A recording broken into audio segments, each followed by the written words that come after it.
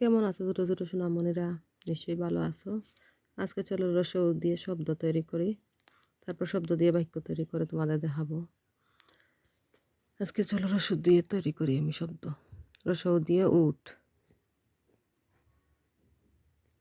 রসৌতে উট। উট চলেছে মরুর দেশে। উট চলেছে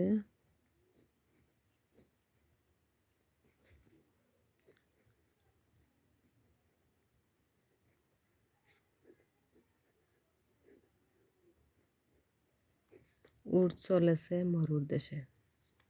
দেখো প্রথম থেকে অজগর দিয়ে লিখেছিলাম। অজগরতে অজগর ওই আসছে তেরে। আতে আম, আমটি আমি খাবো পেরে।